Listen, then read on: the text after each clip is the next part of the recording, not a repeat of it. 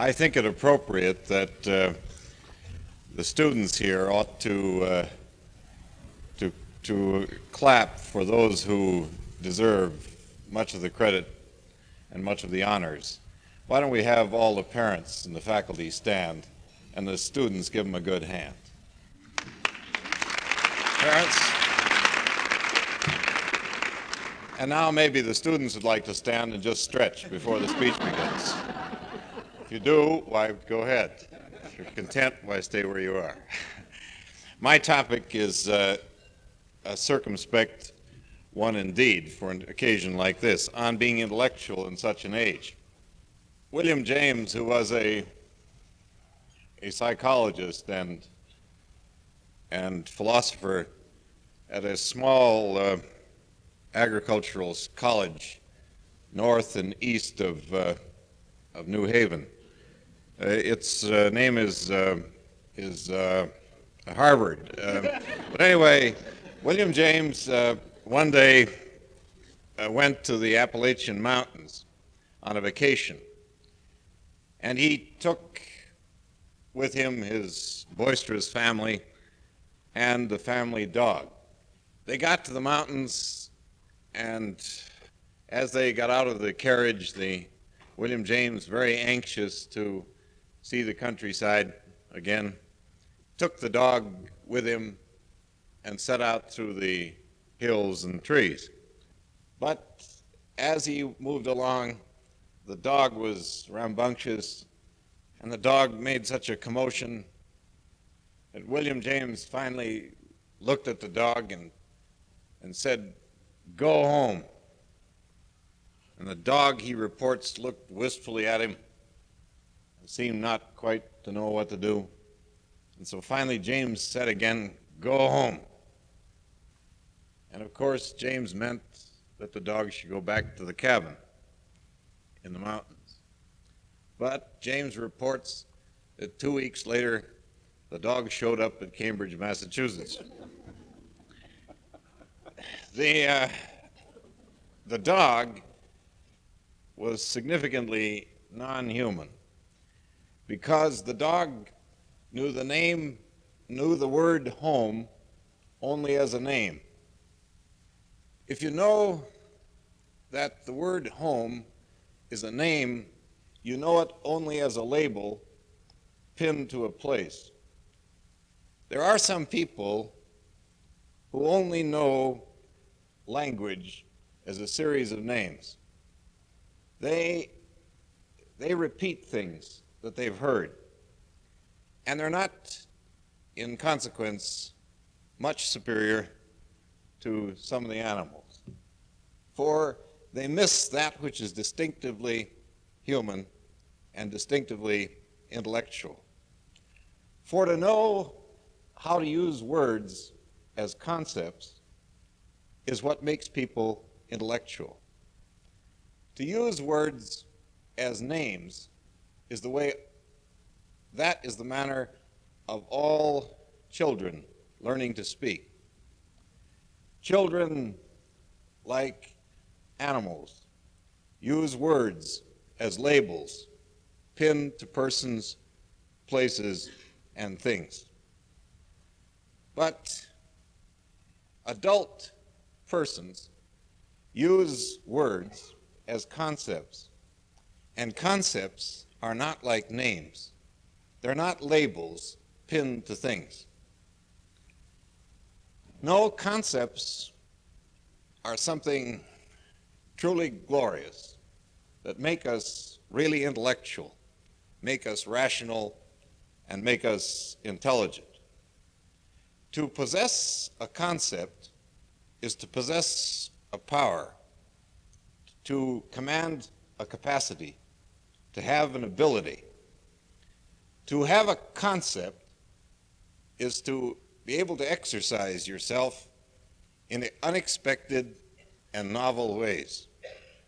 That's why there's a kind of delightful danger in educating people. You never know what an educated man will be able to say, think, and even do. There's no known control on what people can do and think or say and even be once you educate them. We even have to admit that the capacity for evil, significant evil, is multiplied by educating people. But it's a risk all of us certainly are willing to take. Not only willing to take, but anxious to take. For the promise of evil, even grand evil, is also bound intimately with the promise of great good. And both of them, in turn, are bound intimately with being intellectual. No one makes such big mistakes as a bright man. You have to be smart to make big mistakes. Dumb people make little mistakes, but smart people make big ones.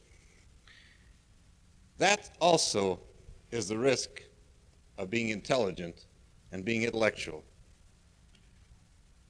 But I said to you that to possess a concept is to possess a power, a capacity, to have at your behest an enormous range of abilities.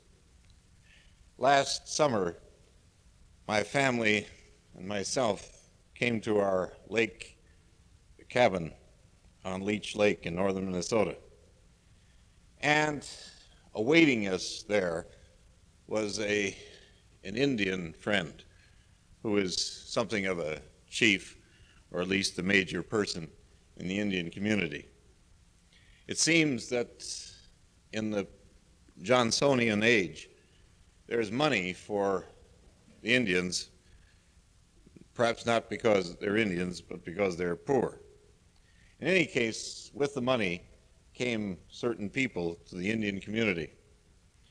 And on one occasion, the gentleman reported to me, a man came to the Indian community, a man from Washington, loaded with something or other, and he talked very grandly to the Indians. And my friend said, he kept using a word that I didn't understand.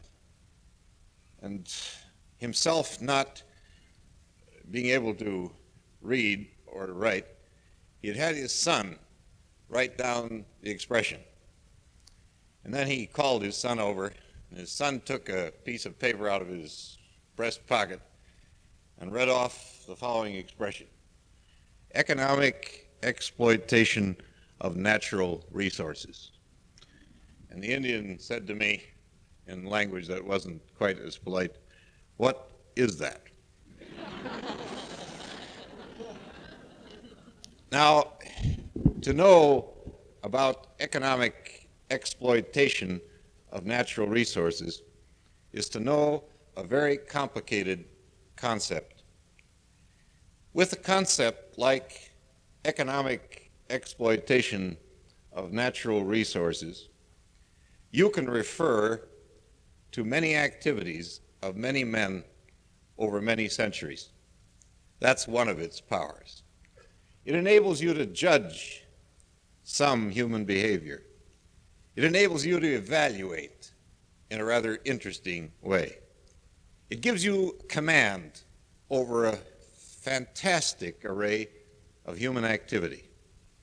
If you couldn't command a concept like economic exploitation of natural resources, you simply couldn't talk about a vast array of human activity and a large swath of American history. So we might say that to have a concept, is to be intellectual. And to be intellectual is to command the capacity of power and ability so that you can do a large number of things. Let me draw your attention to another facet of the business of being intellectual. It's also true that being intellectual means that with concepts, you can exercise the concepts in a variety of ways. For example, you can exercise concepts just by talking. The grammatical exercise of concepts, the linguistic exercise of concepts, is something that most academic people excel in. Most of the honor students here tonight, as well as their mentors, and I am bold to say probably their parents, are probably part of the Gabby Talkie set. One of the delights of being intellectual is to be able to talk, and I hope talk powerfully. Of course, there are casualties along the way. Words everywhere, and not a thought to think.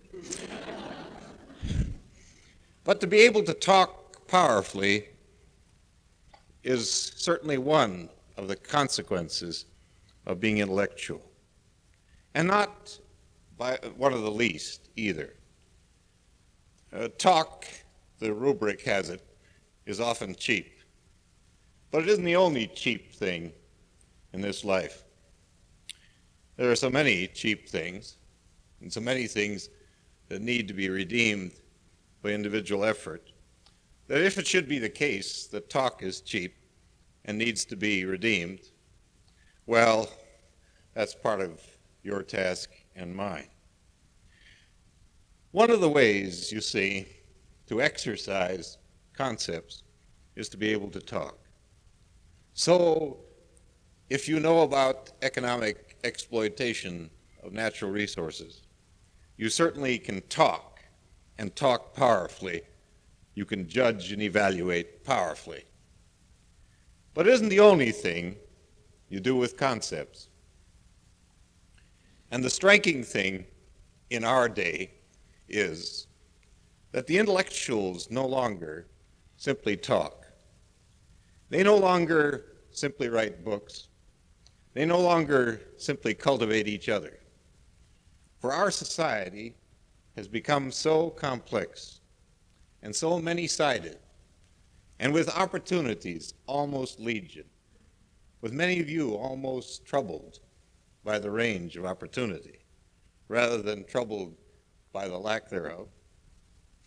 With that being the case, it's also true that many concepts, many of them, permit the intellectual people, the well-trained people, articulate and knowledgeable people, to do and to exercise themselves in non-grammatical ways. Some concepts simply demand a non-grammatical exercise. If a man were taught about the nobility of Christian faith, suppose he were taught all that is built into the concept of faith, or grace, or love. It certainly is silly to have such a man taught the glories of that concept simply to spend all of his time talking.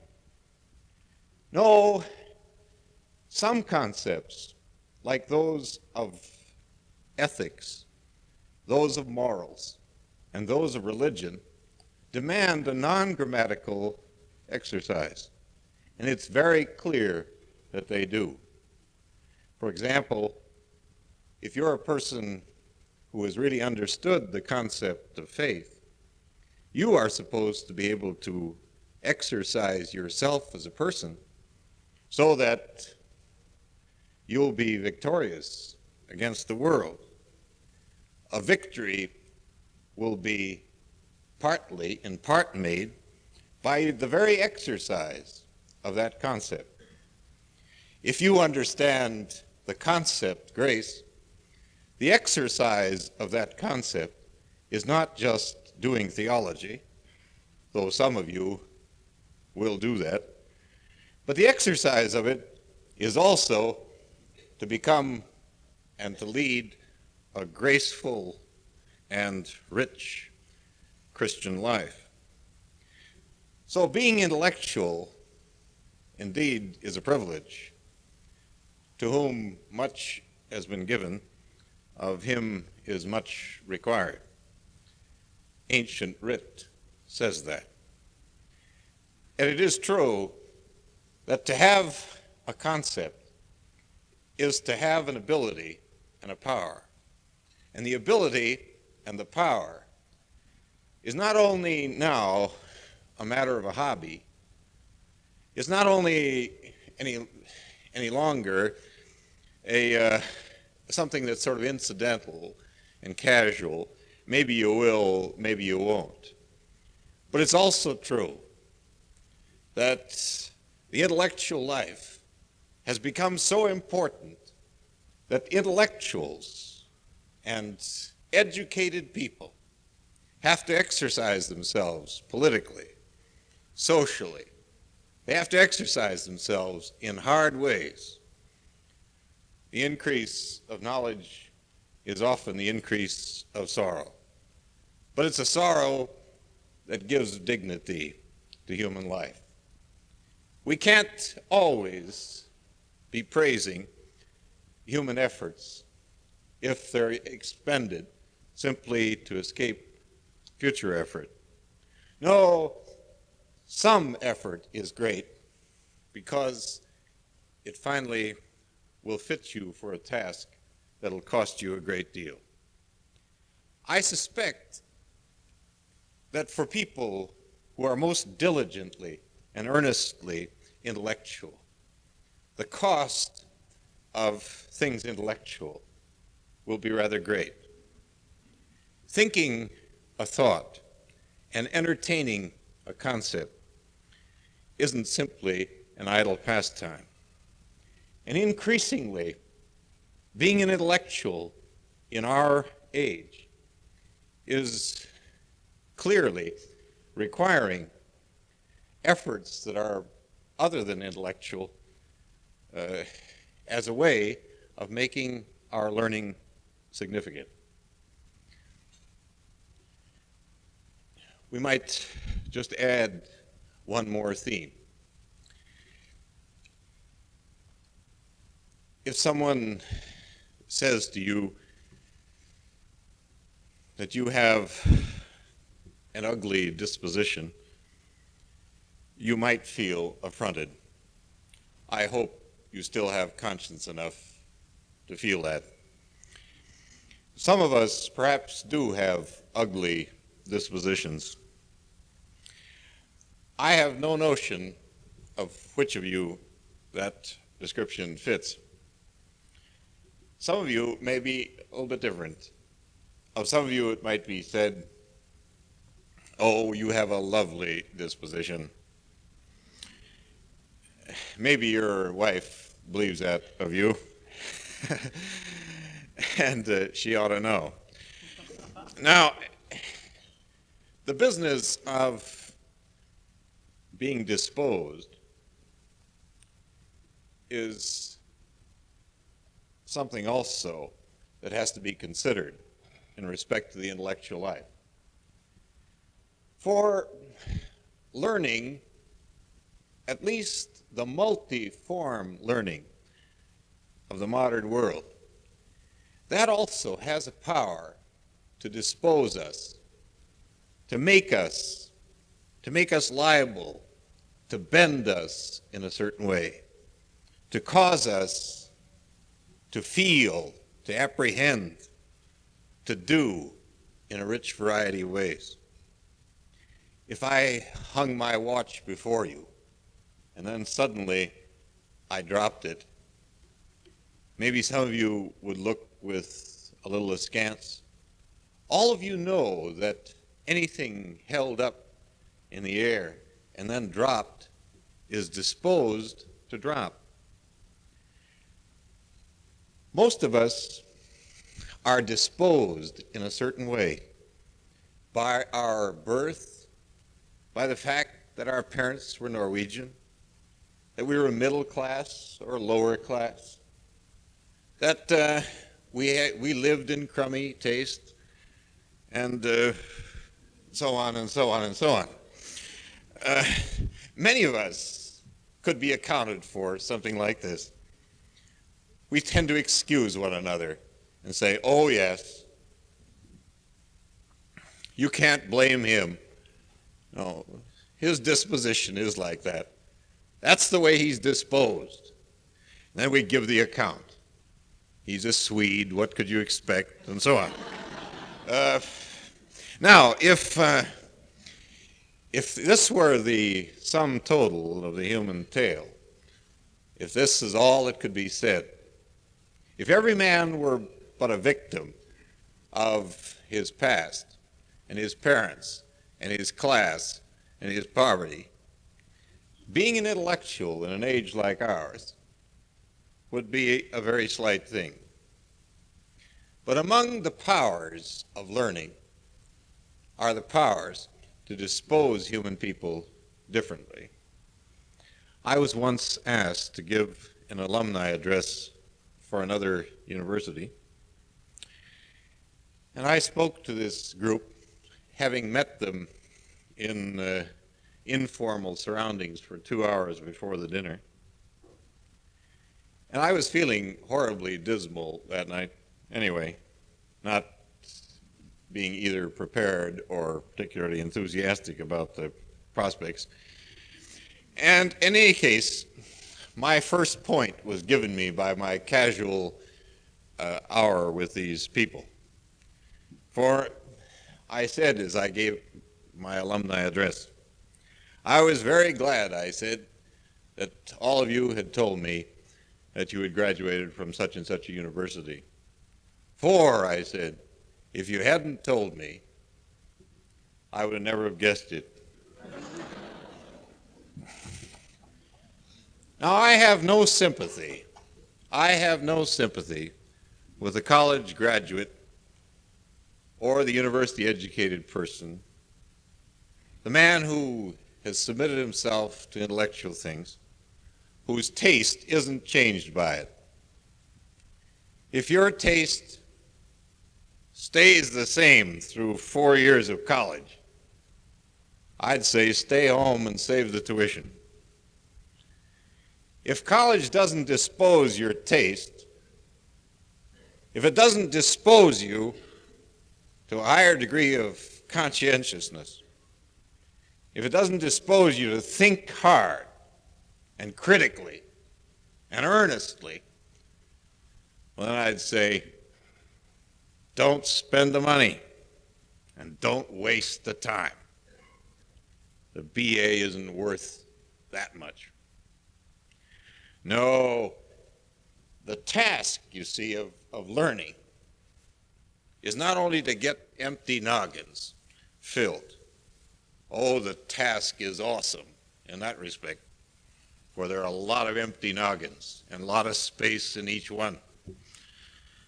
No, the task isn't just to fill empty noggins, but the task is also to see to it that men might be disposed by learning, that they be made liable and obligated, that they be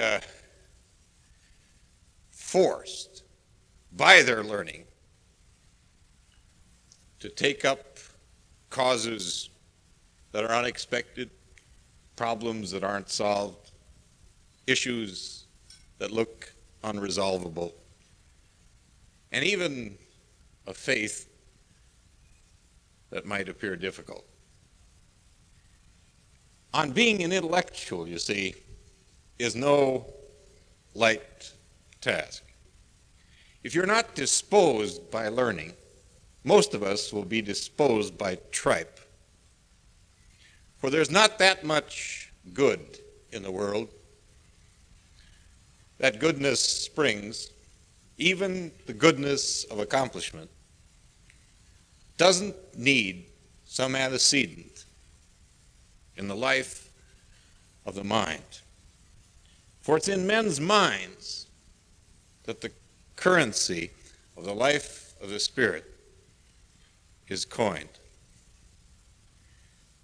It's in the life of the mind and in the concepts that men can understand that even Christian faith is propagated. For every sermon is an exercise in Christian concepts. And every essay in the unknown is posed in the currency of the mind, concepts. That's why it's so absurd to think that college is enough. College is never enough. One shouldn't be a professor in order to be an intellectual, for professors spend their life exercising the concepts grammatically. For those who are taught, they spend and ought to spend their life not simply in exercising them grammatically, but in exercising them in a way to prosecute the work of the world. Some years ago, a British author by the name of C.S. Lewis wrote a story. The story he felt wasn't publishable. The story went as follows. A man was born blind, and after a doctor friend, had examined the man's eyes, he determined that surgery might be successful in restoring sight. So he prevailed upon the man to have the surgery. And the surgery was, by the surgeon's standards, successful, so the man could see. But the man whose sight had been restored was in despair, and the surgeon couldn't understand quite why. So the surgeon said to him, "What's wrong?" And the blind man, now whose sight was restored, said, "Well, all my life I've been hearing about the wonders of the light. And now that I have my sight, I can't see the light." And the surgeon thought for a bit, and then he said, "Oh," he said, "nobody can see the light, but everybody sees things in the light." It might be the case that all of us need a reminder that the intellect is not so powerful that a man can ever see God. For Scripture says that no man has seen God at any time. But it's the glory of the life of faith not to see God, but to live one's life in the light of God. It's the glory of the intellect not to see things that are necessarily strange to all the rest.